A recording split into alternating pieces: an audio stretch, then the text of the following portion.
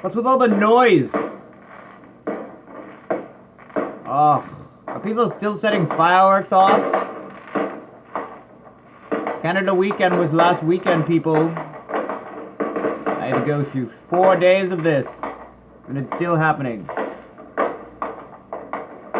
Don't they understand that we're socially hungover? That's what we're going to talk about here on If We Could Hear Myself. That's what we're going to talk about on Hey I Can't Sleep today. Social hangovers. What they are and what you can do. If you're interested, stay tuned. God, I have to deal with these things.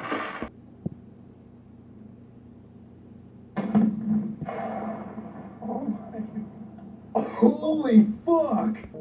Yay! Thank you to our fellow insomniac in Nebraska, Tanner, for dealing with that menacing firework collection. Mahaha. So, social hangovers. I've bloody well got one. So, celebrations, whether they're weddings, parties, fireworks, Canada Day weekends, July 4th weekends, whatever they are, it means talking to people, going places, traveling places, having food, making food, participation, gathering together. All of these things for someone with PTSD or anxiety, they're difficult.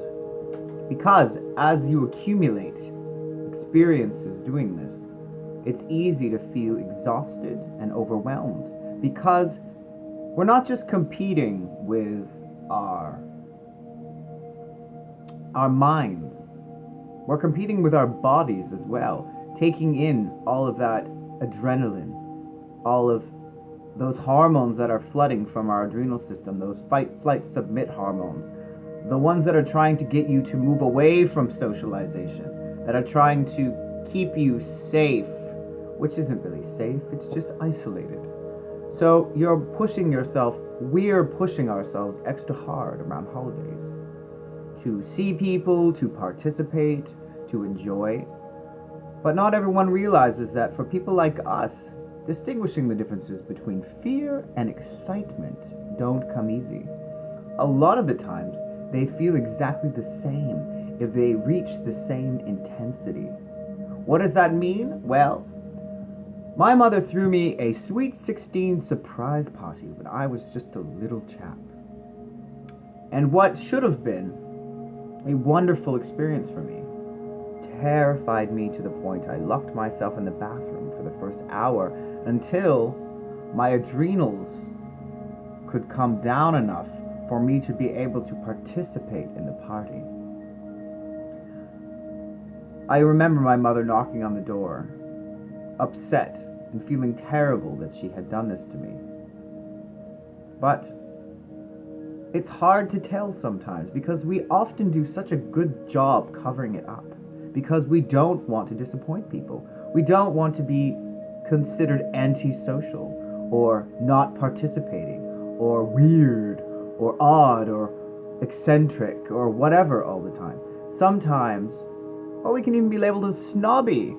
We're not snobby, we're just scared sometimes. Or we're overwhelmed, or we only have so much room inside of ourselves to be social.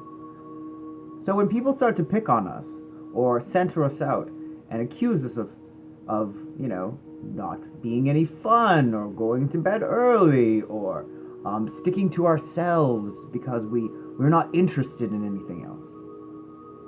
Yes, parts of that could be a little bit true. I can't speak for everyone, but for the most part, as someone who has social anxiety pretty severely and post-traumatic stress,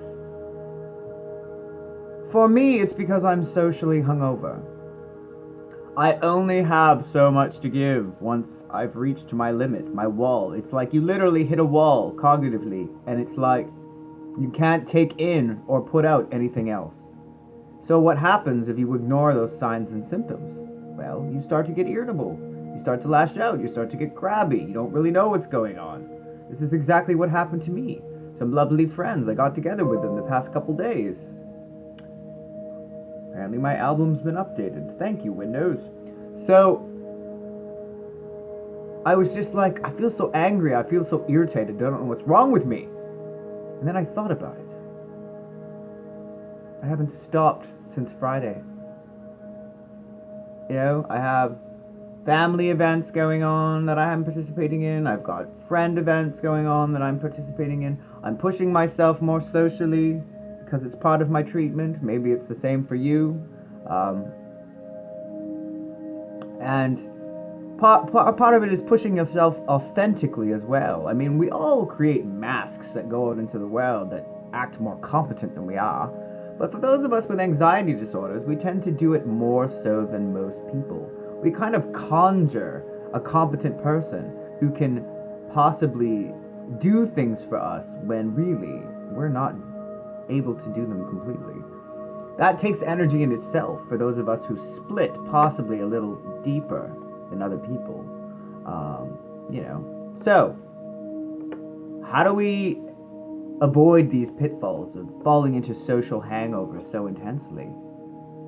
Well, first, start by checking in with your body. Feet flat on the floor. Grounded. If you're not grounded to the floor, you're not grounded to what you're trying to do. So, feet on the floor. Sit. Take a deep breath, starting in your diaphragm. In to the count of 5. Out to the count of 7. 5, 7. Do a cycle of that. I don't know, 5 times. Sit. What does that little voice inside yourself, the one we ignore most of the time, the one we ignore and fill with being busy or overcompetent, appearing to be busy, but overcompetency is a form of avoidance. If you want to be busy all the time, that doesn't balance out life. But to other people, it looks like you've got everything under control. That's not good. So, slowing down helps with that. Sometimes it's kind of avoiding keeping busy. Check in with that little voice. They call it wise mind in DBT. The middle path, the voice. DBT is dialectical behavior therapy. It's a type of behavior therapy. You learn to treat people with various psychiatric conditions, primarily borderline personality disorder and eating disorders. So, wise mind is the little voice inside of us, our conscious, our souls, that kind of know where we're at, that most of us ignore, because we live in a world that's constantly moving, constantly telling you to keep busy, constantly telling you to spend money, constantly telling you that you need all these things that you don't really need. So, listen to it. What does it say? For example, mine says right now, I want a tea. So, I'm going to start there. Secondly, it says, Zen Daddy, you are tired. Not just tired because you've been busy, but tired because you feel pressure to be busy. Because maybe that's what you were taught. There was no time to acknowledge your feelings. There was no time to acknowledge your state of being because you just did what you were told. And that was safer. There was no room for dialogue growing up for me. There wasn't a lot of, let's talk about why you're upset. Let's talk about why you're feeling overwhelmed. You just kind of stayed out of the way. And so growing into an adult, if we've grown up that way, whether our parents have been busy or, addicted to things or traumatized themselves, whatever, we tend to extend ourselves socially because we're not focusing on the inside and we're focusing on the external. Now, if you've checked in and that's the case, follow that little voice down. You might not always like to hear what's there, but at least it's authentic and honest. And the only way you could reach there is to be mindful. Try to find a mindfulness practice. Like I said, maybe it's staring at a candle. This isn't a real candle. Staring at a candle for a little while, doing those breathing exercises. Bringing yourself back to center, waiting for the fluttering in your stomach to stop. And once you've done that, what does that voice say? Mine says, you need a nap.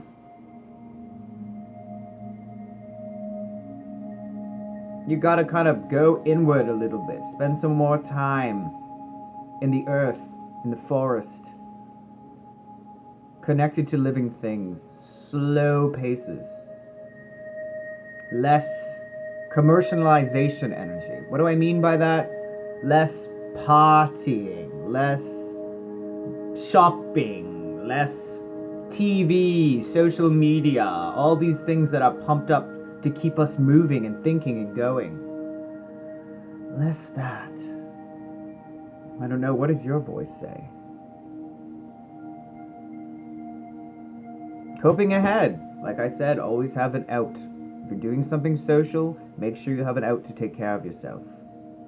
Whether it's saying to the person, you know what, I would really love to be able to have this coffee, but I'm only going to be able to do it for 15 minutes, and then I'm going to have to go home. And it's not you. I have nothing left. And true friends, they can be disappointed. But it's important that they understand that you need these things. And as someone with anxiety or trauma or whatever, you need these things to feel well. And it's not asking too much. It's asking what's possible and doing what's possible. And there's no shame in that. Look at the other side of the coin. If you want to have a short-term gain but a long-term pain situation, say yes, I'll come to the parties. I'll prepare the food. I'll organize everything. And then when you get there, you find yourself, at least in my case, resentful, agitated, hating it. Why am I here with these people? Why have I done this? I'm never doing this again. Blah, blah, blah, blah, blah.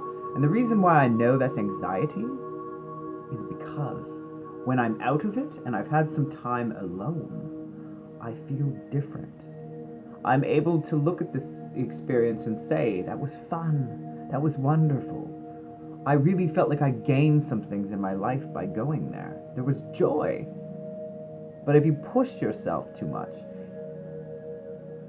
it's not that way. If you let guilt from your childhood feed into the social situation, like, I haven't done enough, or I need to do more, or I feel bad that I couldn't do this, you're not mindfully enjoying the experience in the first place. Don't set yourself up to fail, people. Set yourself up to succeed. Even if it just showing up is all you can do. Be honest about that. Because true friends aren't going to see you as being lazy. They're going to see you as coping ahead and doing what you can do. Does that make sense? Or else you'll get a social hangover. And what do most of us do when we're socially hungover? We're irritable, grumpy, push ourselves, get the job done, go into robot mode, get it done. And then what happens? You're resentful, you're bitchy, you're bitter. We don't want that. Listen to the middle path, the wise mind voice.